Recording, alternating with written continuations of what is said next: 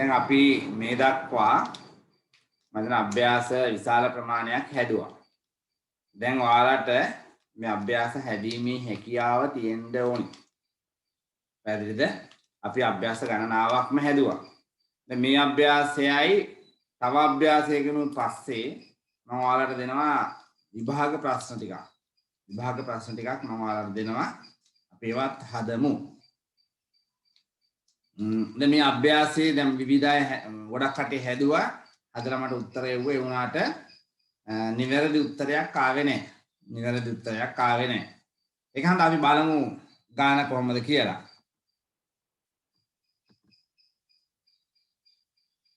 බිනර රුපියල් 2,50,000ක ආරම්භක ප්‍රාග්ධනයක් සහිතව 2024 එක දින ආරම්භ කරන ලදී. ඒතර ආරම්භක ප්‍රාග්ධනය 2,50,000යි. ඒතර ආරම්භක සුද්ධවත්කම් ආරම්භක ප්‍රාග්ධනය 2,50,000යි. දැන් අපි කියවනේ සුද්ධවත්කම් සමානයි ප්‍රාග්ධනය සමානයි හිමිකම් සමානයි ස්කන්ධය කියලා. එhmenan කාලච්ඡේදයේ ආරම්භයේ ව්‍යාපාරයේ ආරම්භක සුද්ධවත්කම 2,50,000යි. එදිනම රුපියල් ලක්ෂයක් බැංකුවේ තැන්පත් කරලා ජංගම ගිණුමක් ආරම්භ කළා. ඒ වගේම රුපියල් 50,000ක් වටිනා ලීබඩු මිලට අරන් තියෙනවා. මේවා වසර 5ක් භාවිතා කරන්න පුළුවන්. සුන්බුන්නගයක් නැහැලු. සුන්බුන්නගයක් රහිතව වසර 5ක් භාවිතා කරන්න පුළුවන් ලීබඩු රුපියල් 50,000ක් අරන් තියෙනවා. 2021 1 දින පැවති වෙනත් වත්කම් හා වගකීම් පහත දැක්වේ. වෙළඳ බඩු තොගය 63,750යි, ණය ගැතියෝ 40,000යි, මුදල් සහ බැංකු සේසය 83,000යි. අර ලක්ෂයක් බැංකුවේ තැන්පත් කරලා පටන් ගත්ත බැංකු ගිණුමේ තිබෙන්නේ කීයද? 83,000යි. මෝටර රථ ලක්ෂයයි, ණය හිමියෝ 28,000යි, ආයෝජන 50,000යි. ආයෝජන 50,000යි. එතකොට අදාළ කාලය තුල මාසකට 2,500 බැගින් ගැනීම සිදු කරලා ණය හිමියන්ට පෞද්ගලික මුදලින් ගෙවලා තියෙන රුපියල් 17,000ක්. අපිට කියනවා ලාභය හෝ අලාභය කාලච්ඡේදය තුල ලබා ඇති ලාභය හෝ අලාභය ගණනය කරන්න කියලා කියනවා. ලාභය හෝ අලාභය ගණනය කරන්න කියලා කියනවා. පැහැදිලිද? එතකොට අපි විසඳගත යුතු කීපයක් තියෙනවා. 2,50,000ක ආරම්භක ප්‍රාග්ධනයක් සහිතව ව්‍යාපාරය ආරම්භ කළා. එතකොට ඔබ තේරුම් ගත යුතු දෙයක් තමයි මේ ලක්ෂයක් බැංකුවේ තැන්පත් කරලා ජංගම ගිණුමක් විවෘත කළේ ඒ ලක්ෂය අර 2,50,000 තුල තියෙනවා. පැහැදිලිද? 2,50,000න් කොටසක් තමයි ලක්ෂය කියන්නේ. පැහැදිලිද? ඒතර ආරම්භක ප්‍රාග්ධනය අපි ගන්න 2,50,000මයි. ඊට පස්සේ ඒ ලක්ෂයෙන් ගනුදෙනු වෙලා අන්තිමට මේ 83,000ක් ඉතුරු වෙලා තියෙනවා. ඒතර මේ ලක්ෂයේ අපි අවසානයේදී ගන්නේ 83,000 විතරයි. මේ ලක්ෂය ගණන් ගන්නෙ නැහැ. අපි පොඩ්ඩක්වත් ඒක සැලකිල්ලකට ගන්නෙ නැහැ. පැහැදිලිද? ඒක හොඳට තේරුම් ගන්න ඕනේ. හරි. දැන් අපි ගාන හදමු. දැන් ආරම්භක ප්‍රාග්ධනය අපි කිව්වා කීයද? ආරම්භක සුද්ධවත්කම් 2,50,000. ආරම්භක සුද්ධවත්කම් 2,50,000යි. එතකොට අවසාන සුද්ධවත්කම් කීයද? අපි ඒක ගණනය කරන්න ඕනේ. වෙළඳ බඩු තොගය 63,750යි. 63,750යි. එතකොට ණය ගැතියෝ 40,000යි. ණය ගැතියෝ 40,000යි. මුදල් සේසය 83,000යි. මුදල් සේසය 83,000යි. මෝටර රථ ලක්ෂයයි.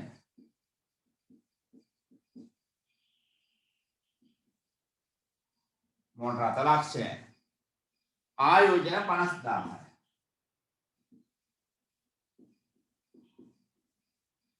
ලී බඩු වල අගය කීයද? ලී බඩු 50,000යි අවුරුදු 5ක් ෂේ වෙනවා. අවුරුදු 5යි පාවිච්චි කරන්න පුළුවන්. අවුරුදු 5යි පාවිච්චි කරන්න පුළුවන්. ඒතර අවුරුද්දකට ෂේ වෙන ප්‍රමාණය කොහොමද අපි හොයන්නේ? 5න් බෙදනවා. 5න් බෙදුවම අවුරුද්දකට ෂේ වෙන ප්‍රමාණය එනවා. අපේ කාලය කොච්චරද? මේ ගාන හදන ගිණුම හදන කාලය කොච්චරද? කොතරම්ද? මාස කීයද? අප්‍රේල් එක පටන් ගන්න ඊළඟ අවුරුද්දේ ජනවාරි 1 දක්වා මාස 9යි. මාස 9යි අපි හොයනවා 12න් 9 5යි 10000යි 4යි 3යි 2500 7500යි. ෂේවීම 7500. එහෙනම් පිරිවැය 50000යි ෂේ 7500යි 42500යි. පැහැදිලිද? එහෙනම් මෝටර රථේ වටිනාකම කීයද මේ දිනට? 42500යි. මෝටර රථ.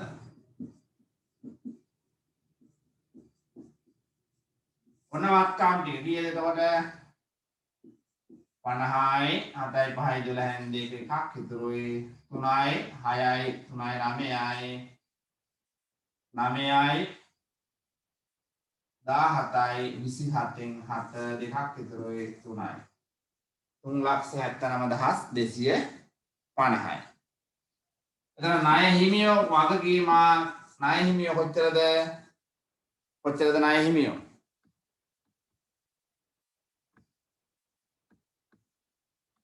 28000යි.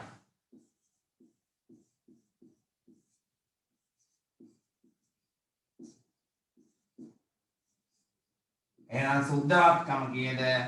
351250යි. 351250යි. 351250යි.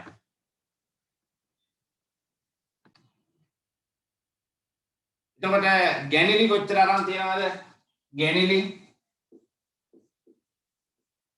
2500 ඒවා 9යි 22500යි. අමතර ප්‍රාග්ධනය ණය හිමියන්ට පෞද්ගලික මුදලින් ගෙවලා තිනවා 17000. පෞද්ගලික මුදලින්. එහෙමනම් මේ පෞද්ගලික මුදලින් ගෙවූ මුදල අපි කියනවා ප්‍රාග්ධනය. අමතර ප්‍රාග්ධනය. පෞද්ගලික මුදලින් ගෙවූ මුදල අමතර ප්‍රාග්ධනය 17000යි. මොන ලාභ සමීකරණයේ තියෙන කරුණු හතරම හරි. ආරම්භක සුද්ධවත්කම, අවසාන සුද්ධවත්කම, ගැණිලි, අමතර ප්‍රාග්ධනය. දැන් හොයන්න පුළුවන් ලාභය. දැන් ලාභය හොයන්න පුළුවන් මේ ගණන් හදද්දී මම නිතරම කියනනේ පුතේ. මම නිතරම කියනවා මේ මූලික දේවල් මූලික කරුණු අපි හොඳින් ග්‍රහණය කරගන්න ඕනේ. හොඳින් අවබෝධ කරගන්න ඕනේ කියලා. එතකොට ආරම්භක ප්‍රාග්ධනය කියලා කිව්වම යොදවන මුදල ව්‍යාපාරයේ මම යොදවන මුදල. එතකොට ඒ යොදවන මුදල තමයි සුද්ධවත්කම. එදාට ගනුදෙනු කොතරම් සිද්ධ වුණා. ගනුදෙනු කොපමණ ප්‍රමාණයක් සිදු වුවත් යෙදූ මුදල වෙනස් වෙන්නේ නැහැ.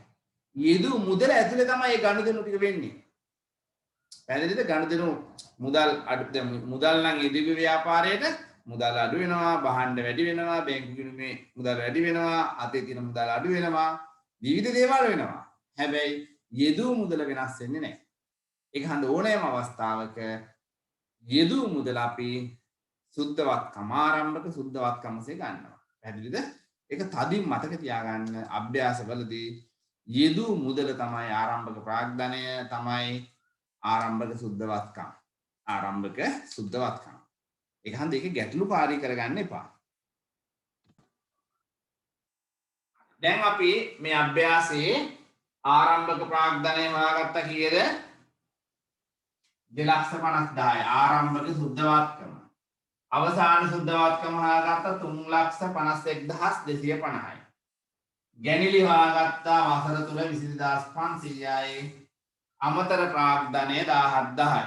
මොකද්ද ලාභ සමීකරණය? ලාභය කියලා අපි නිර්වචනය කළේ මොකද්ද? ලාභය කියලා අපි නිර්වචනය කළේ මොකද්ද? අයිතිකරුවන්ගේ මැදිහත් වීමෙන් තොරව සුද්ධ වත්කම් වල සිදුවන වර්ධනය වැඩිවීම ලාභය කියලා අපි කිව්වා.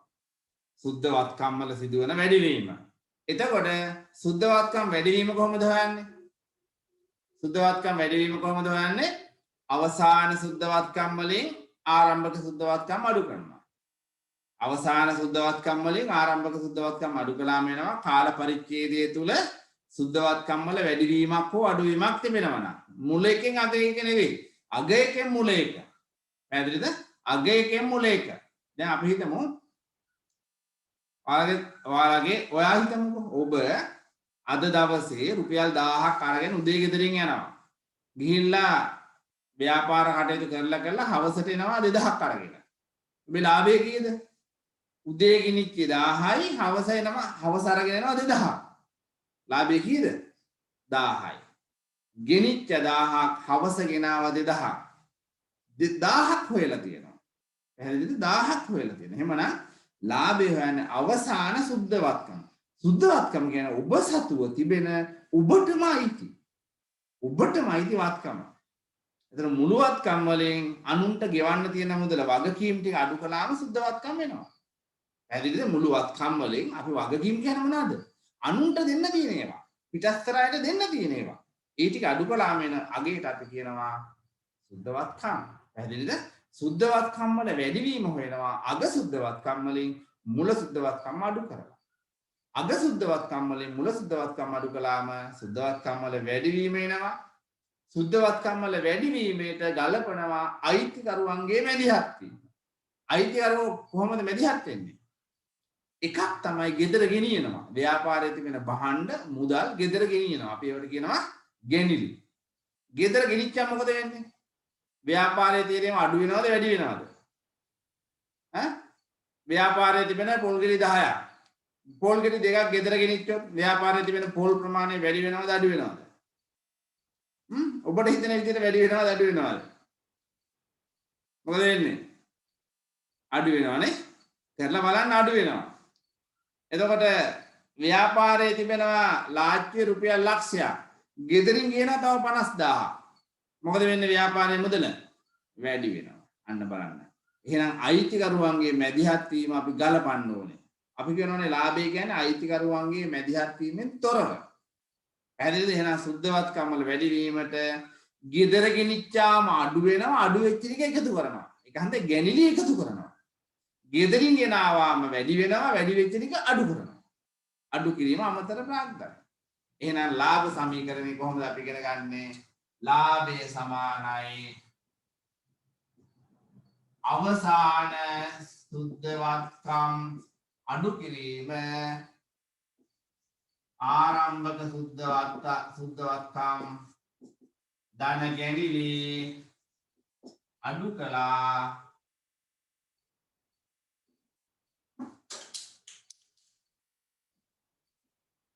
අමතර ප්‍රාග්ධනය.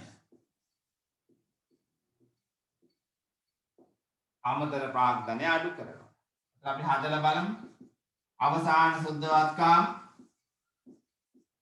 3,51,250යි. ආරම්භක සුද්ධවත්කම් 2,00,000යි. ගැනිලි 22,500යි. අමතර ප්‍රාග්ධනය 17,000යි. පෞද්ගලික මුදලේ ණය හිමියන්ට ගෙවනවා කියන්නේ අමතර ප්‍රාග්ධනය.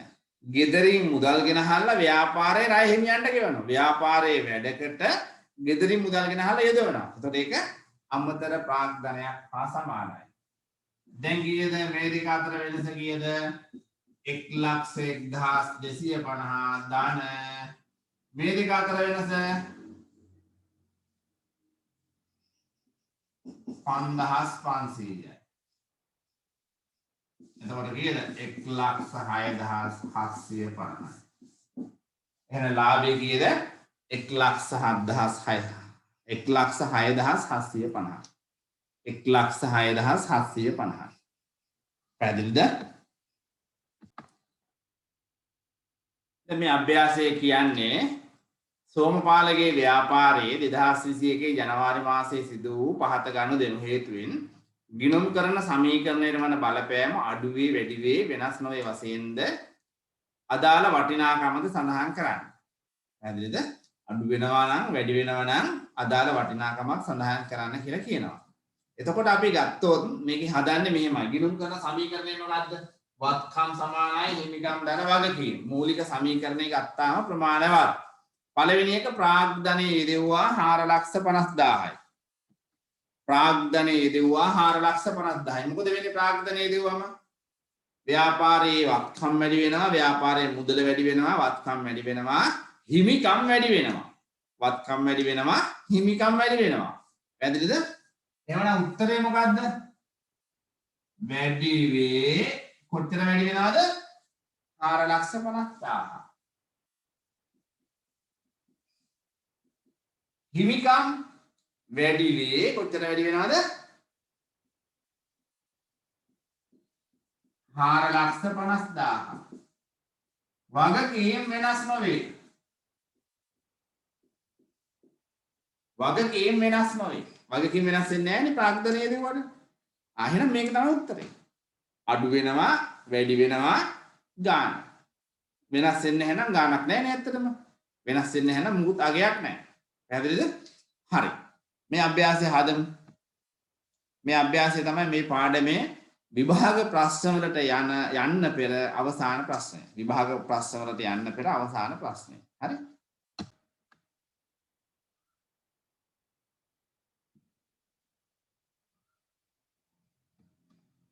දෙවෙනි කාරණේ කියනවා රුපියල් 78,000ක් වටිනා භාණ්ඩ ලබාගෙන ඉන් රුපියල් 40,000ක් මුදලින් ගෙව්වා. මොකද්ද මේ කියන්නේ?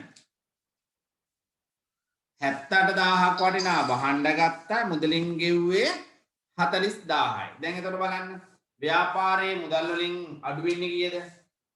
ව්‍යාපාරයේ මුදල් වලින් අඩු වෙන්නේ 40,000යි. හැබැයි ව්‍යාපාරයට භාණ්ඩ එනවා 78,000ක්. එතන වත්කම් කොච්චර වැඩියෙන් එනවද අපිට? 38,000ක්. වත්කම් වැඩි වෙනවා 38,000ක්.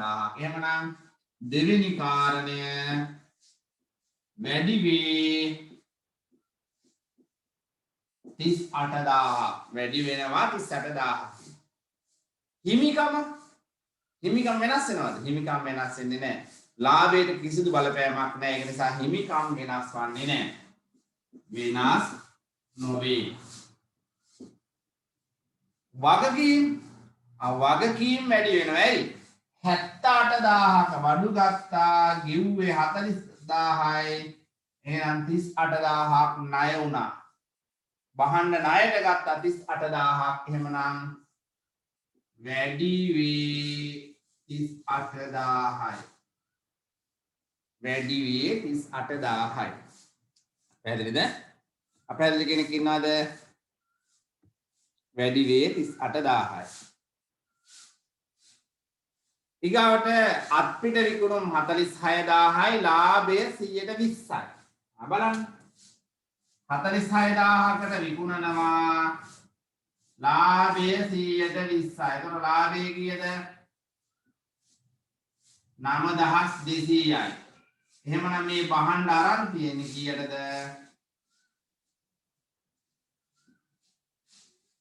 36,800ට. 36,800ට. එතකොට අපේ ව්‍යාපාරයේ භාණ්ඩ වලින් අඩු වෙන්නේ 36,800යි. මුදල් එනවා 46,000ක්. වත්කම් වැඩි වෙනවා. කීයකින්ද? වැඩි වෙන්නේ කීයකින්ද? 46,000න් 36,800ක් අඩු කළාම 9,200ක්. 9,200කින් වැඩි වෙනවා. එතකොට ලාභයක් සහිතව විකුණන්නේ. එහෙමනම් ලාභය වැඩි වෙනවා කීයක්ද? හිමිකම් වැඩි වෙනවා 9,200ක්. වගකීම් වෙනස් නොවේ. වගකීම් වෙනස් නොවේ. පැහැදිලිද? වගකීම් වෙනස් නොවේ. ඊළඟ කතාව ණයට විකුණුම් 56,000යි, ලාභය 120යි. එහෙනම් ලාභය කීයද? 11,200යි. එහෙමනම් 56,000කට වික්කේ කීයක් වටිනා භාණ්ඩද?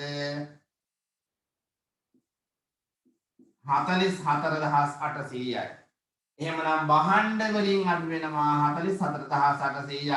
ණය ගැතියු වැඩි වෙනවා 56000ක්. එහෙමනම් වත්කම් වල සුද්ධ වැඩි වීම 11200යි. වැඩි වේ 11200යි. එතකොට හිමිකමත් වැඩි වෙනවා 11200යි. ලාභය කියන්නේ හිමිකමේ කොටසක්. ඒක නිසා ලාභය වැඩි වෙනකොට හිමිකමත් වැඩි වෙනවා. ලාභය වැඩි වෙනකොට හිමිකමත් වැඩි වෙනවා. පැහැදිලිද? ලාභය වැඩි වෙනකොට හිමිකමත් වැඩි වෙනවා. පස්වෙනි ගාන ණයට බහන්න ගත්තා 37000යි. ණයට ගත්තාම මොකද වෙන්නේ? බහන්න වැඩි වෙනවා, වගකීම් වැඩි වෙනවා. එහෙනම් බහන්න වත්කම් වැඩි වේ. කීයද ගන්නේ? 37000යි. හිමිකම් වෙනස් නොවේ. මෙතනත් ඉස්සෙල්ලා එකේ වගකීම් වෙනස් නොවේ. මෙතන වැඩි වෙනවා 37000යි. 37000කින් වැඩි වෙනවා. 37000කින් වැඩි වෙනවා. පෞද්ගලික මුදලින් ණය හිමියන්ට ගෙවුවා. පෞද්ගලික මුදලින්. එතන පෞද්ගලික මුදලින් ගෙවුවාම ව්‍යාපාරේ වත්කම් වලට බලපෑමක් නැහැ. වෙනස් නොවේ. මොකද වෙන්නේ? පෞද්ගලික මුදල් ව්‍යාපාරික කටයුත්තක් වෙනුවෙන් ගෙවුවාම හිමිකම් වැඩි වේ. කොච්චරද? 12000ක්. 12000ක් හිමිකම් වැඩි වෙනවා. ඒ වගේම වගකීම් අඩු වෙනවා. වගකීම් අඩු වේ 12000ක්. වගකීම් අඩු වෙනවා 12000ක්. වියදම් සඳහා මුදල් ගෙවුවා 2300. ගෙව්වේ මොනවද? මුදලින් ගෙවුවා කියන්නේ වත්කම් අඩු වෙනවා 2300ක්. වියදම් දරනවා කියන්නේ ලාභය අඩු වෙනවා. ලාභය අඩු වෙනවා කියන්නේ හිමිකම් අඩු වේ 2300යි. වගකීම් වෙනස් නොවේ. වගකීම් වෙනස් නොවේ. ගෙවීමට නොහැකි වූ වියදම් වල වටිනාකම 21000යි. ගෙවීමට නොහැකුණා කියන්නේ උපචිත.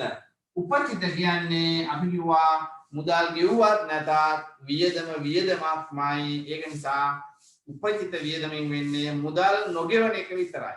එහෙමනම් මුදල් ගෙවුවා නම් මොකද වෙන්නේ? හිමිකම් අඩු වෙනවා. එතකොට මුදල් ගෙවුවත් නැතත් වියදමක්මයි. හිමිකම් අඩු වෙනවා. මුදලින් නොගෙවු නිසා වත්කම් වෙනස් නොවේ. මුදලින් ගෙවුවේ නැති නිසා වත්කම් වලට බලපෑමක් නැහැ. මුදලින් නොගෙවු නිසා ඉදිරියේදී ගෙවිය යුතුයි, අනාගතයේ ගෙවිය යුතුයි. වගකීම් වැඩි වෙනවා 21000ක්. වගකීම වැඩි වෙනවා 21000ක්. ගෙවල් කුලී ගෙවුවා 6000යි. ගෙවල් කුලී කියන්නේ වියදමක්. මොකද වෙන්නේ? වත්කම් අඩු වෙනවා 6000ක්. වියදම් කියන්නේ හිමිකම් අඩු වෙනවා 6000ක්. වගකීම් වෙනස් නොවේ. වගකීම් වෙනස් නොවේ. ණය හිමියන්ට බහන්න ආපුත යවුවා 3000යි. යවන්නේ මොනවාද? බහන්න කියන්නේ වත්කම්. වත්කම් අඩු වෙනවා 3000ක්. හිමිකම් වලට බලපෑමක් නැහැ. වගකීම් අඩු වෙනවා 3000ක්. ණය හිමියන්ට බහන්න යවුවාම ණය හිමියන්ට ගෙවන්න තියෙන මුදල අඩු වෙනවා. පැහැදිලිද? ණය හිමියන්ට බහන්න යවුවාම ණය හිමියන්ට ගෙවන්න තියෙන මුදල අඩු වෙනවා. ඒ ගෙවන්න තියෙන මුදලෙන් අඩු වෙනවා කීයක්ද? 3000ක්. වගකීම් අඩු වෙනවා. පැහැදිලිද? එතකොට ගිණුම් කරන සමීකරණයට වන බලපෑම අඩුවේ වැඩිවේ වශයෙන් සඳහන් කරන මෙන්න මේ විදියට. මේ සම්බන්ධයෙන් මොනවද දෙන ප්‍රශ්න වාරට?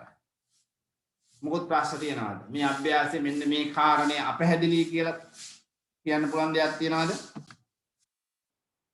පෞද්ගලික මුදලින් ණය හිමියන්ට ගෙවුවාම ඇත්තටම වෙන්නේ මොකද්ද? ගෙදර තිබෙන මුදල් ගේනවා ව්‍යාපාරයට. ගෙදර තිබෙන මුදල් ව්‍යාපාරයට ගෙනාවම මොකද වෙන්නේ? හිමිකම් වැඩි වෙනවා. ගෙනහල්ලා ණය හිමියන්ට ගෙවනවා. දැන් අපිට මම පියදාසට මම ගෙවන්න ඕන. මගේ ව්‍යාපාරේ මම පියදාසට ගෙවන්න ඕන. එතන මම මොකද කරන්නේ? ගෙදර තියෙන මුදලින් ගේනවා 12000. ගෙදර තියෙන මුදල් ගේනවා ව්‍යාපාරෙට. එතන මොකද වෙන්නේ? අමතර ප්‍රාග්ධනය. හිමිකම් වැඩි වෙනවා. ගෙනහල්ලා මම මොකද කරන්නේ? පියදාසට දෙනවා. ඒක පියදාසට දෙන්න තිබිච්ච මුදල කීයකින් අඩු වෙනවද? 12000කින් අඩු වෙනවා. වගකීම් අඩු වෙනවා 12000යි. පැහැදිලිද? එහෙනම් පෞද්ගලික මුදලින් ණය හිමියන්ට ගෙවුවොත්, බැංකු ණය ගෙවුවොත්, උපජිත වියදම් ගෙවුවොත්, වගකීම් ගෙවුවොත් මොකද වෙන්නේ? හිමිකම් වැඩි වෙලා වගකීම් අඩු වෙනවා. හිමිකම් වැඩි වෙලා වගකීම් අඩු වෙනවා. හතරවෙනි කාරණේ තියෙන්නේ ණයට විකුණුම් 56000යි ලාභය 120යි. එතකොට 56000කට වික්කාම ලාභය 120ක් කියන්නේ මේ මුදලෙන් 120ක ලාභයක් තියෙනවා. කියන්නේ 11200ක ලාභයක් තියෙනවා. ලාභය 11200ක් තියෙනවා කියන එකේ අදහස 56000කට විකුණලා තියෙන්නේ 44800ක බහන්න. 44800ක බහන්න තමයි 56000කට විකුණලා තියෙන්නේ. එතකොට 44800ක බහන්න 56000කට වික්කම මගේ බහන්න තොගෙන් අඩු වෙන්නේ කීයද? 44800යි. ඒ වෙනුවෙන් මගේ ණය ගැති කියන වත්කම, ණය ගැතිය වත්කම අනාගතයේ මට මුදල් ලැබිය යුතුයි. මුදල් නොලැබෙන තහවුරුවක් තිබෙනවා නම් අපි කවදාකවත් ණය ගැතියෙකුට බහන්න දෙනවද? දෙන්නේ නැහැ. ඒක හන්දා ණය ගැතිය කියන්නේ වත්කම. ණය ගැති කියන වත්කම වැඩි වෙනවා 56000ෙන්. 120 බලන්න පුතේ මෙහෙමයි. 56000ෙන් 120යි. 11200. හරිද? අපිට විශේෂයෙන් කියලා නැහැනේ පිරිවැය මත වෙන වෙන විකාර කියලා නැහැනේ. විකුණුම් වලින් 120ක ලාභය. එහෙනම් 56000ෙන් 120ක් ලාභය. 120ක් ලාභය කියන්නේ ලාභය 11200යි. එහෙමනම් අපි අරන් තියෙන්නේ 44800ක. එහෙමනම් මගේ බහණ්ඩ අඩු වෙනවා 44800. ණය ගැතිය වැඩි වෙනවා 56000. වත්කම් වල සුද්ධ වැඩිවීම කීයද? 11200යි. වත්කම් වල සුද්ධ වැඩිවීම 11200යි. එතකොට ලාභය කියන්නේ හිමිකමේ කොටසක්. ලාභ ලබන්න හිමිකම වැඩි වෙනවා. හිමිකම වැඩි වෙනවා 11200. හිමිකම වැඩි වෙනවා 11200. දැන් පුතේ අපි අධ්‍යාපනය ලබද්දී දැන් මම වසර 20ක් විතර මම ඩබල් ඒටි පාඨමාලාවේ මම උගන්වනවා. අවුරුදු 20ක් විතර. එදා මෙදා අතර දහස් ගාණක් අපෙන් ඉගෙනගෙන තියෙනවා. මම කියන දේ ඔබ දන්නවා ඔබේ පන්තියේදී මම විවිධ අර ගණිත ගැටලු දීලා මම තෑගි දෙනවා. ඇයි මම එහෙම කරන්නේ? මේ ගණිතයේ පැත්ත පුතේ. මේ විවිධ පැතිකඩයන්ගෙන් අපි හදලා බලන්න ඕනේ. විවිධ දැනුමක් අපිට තියෙනවා. පුළුල් පරාසයක දැනුමක් තියෙනවා. විශේෂයෙන් ගණිතය පිළිබඳ හොඳ දැනුමක් තියෙන්න ඕනේ. ඒක නිසා මම මගේ ආදරණීය දරුවන්ට කියනවා ඉගෙන ගන්න ආසාවෙන් කටයුතු කරන දරුවන්ට කියනවා පුතේ මේක තමයි ඔබේ අවස්ථාව. හොඳට මතක තියාගන්න. හොඳට හිතර ගන්න මම කරනවාමයි කියලා හිතර ගන්න. අරගෙන විවිධ පැතිකඩයන්ගෙන් ගණන් හදලා බලන්න. දැන් ඔය මිනිත්‍ය අහපු ප්‍රශ්නේ හොඳයි. ඒතකොට ඒ වගේ හදලා බලන්න ඕනේ. කොහොමද වෙන්නේ? මේක ඔප්පු කරන්න පුළුවන් වෙන්න ඕනේ. ගණිතයේ හැම දෙයක්ම ඔප්පු කරන්න පුළුවන්. පැහැදිලිද? ඒක නිසා හැම විදියකටම හදලා අපි ප්‍රගුණ කරගන්න ඕනේ. හදලා ප්‍රගුණ කරගන්න ඕනේ. ඒක හන්ද මේ දවස්වල ගෙදර ඉන්න ගම මම හිතන්නේ මම සෑහෙන අභ්‍යාස ප්‍රමාණයක් මම විශාල අභ්‍යාස ප්‍රමාණයක් මේක හැදුවා. ඒතර අභ්‍යාස නැවත හදන්න. හදලා බැරි දේවල් බලන්න. අපි හදපු උත්තරේ තියෙනවා. එයි මේක මෙහෙම වෙන්නේ. කොහොමද මේක වෙන්නේ? ස්වාධීනව ඉගෙන ගන්න බලන්න. ස්වාධීනව අධ්‍යයනය කරන්න බලන්න. අධ්‍යයනය කරලා ඒක ග්‍රහණය කරගන්න. පැහැදිලිද? මතක තියාගන්න කවදාකවත් කිසිම විට ඔබට බැහැ කියලා හිතන්න එපා. කිසිම විට ඔබට බැහැ කියලා හිතන්න එපා. ඔබට පුළුවන්. අපි අපේක්ෂා කරන්න යහපත් දෙයක් නම් එයි අපි බැහැ කියලා හිතන්නේ. පැහැදිලිද? අපි අපේක්ෂා කරන යහපත් දෙයක් නම් එයි අපි බැහැ කියලා හිතන්නේ. කවදාකවත් බැහැ. ඔබට පුළුවන්.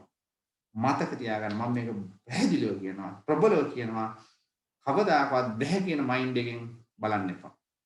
කවදාකවත් ඒ කියන්නේ දුර්වල මානසිකත්වයේ මට බැහැයි කියන තමාව පහත් කරලා සලකන්න එපා. ඔබට පුළුවන්. කවදාකවත් එහෙම හිතන්න එපා. මොන ගැටලුව ආවත් මොන ප්‍රශ්නය ආවත් ඔබේ සිතුවිලි මානසික ශක්තිය ප්‍රබලයි නම් ඔබට ඒකට මුහුණ දෙන්න පුළුවන්. ඒක නිසා ඕනම ගැටලුවක් පුළුවන් කියන දේෙන් බලන්න. මම දන්නවා මම මේ කියන උපදේශ පිළිගන්න. මේ සතිය තුල ලබන සතියේ ගිනුම් කරණයේ දවසට මට පණිවිඩය දෙන්න මට කියන්න කවුද අපි ගිනුම් කරන සමීකරණ ආරම්භක අභ්‍යාසයේ සිට අන්තිම අභ්‍යාසය දක්වා හැදුවේ කියලා 26යි කියන්නේ 26ම හැදුවේ කවුද කියලා නැවත වරක් මට මැසේජ් එකක් දාන්න මම බලාගෙන ඉන්න ඔබේ මැසේජ් එක එනකම් හේතුව අපි මේක අවසන් කරමු මෙතන ඉවර කරන්න ඕනේ පැහැදිලිද විභාග ප්‍රශ්න හරිම ලේසියි මෙතනින් ඉවර කරන්න ඕන විභාගයට ලකුණු 10ද දෙන්නේ 10ම ගන්න ඕනේ එහෙම තමයි අපි ඉස්සරහට යන්න ඕනේ පැහැදිලිද මම හිතනවා මේ උපදේශ ඔබ පිළිගත්තා කියලා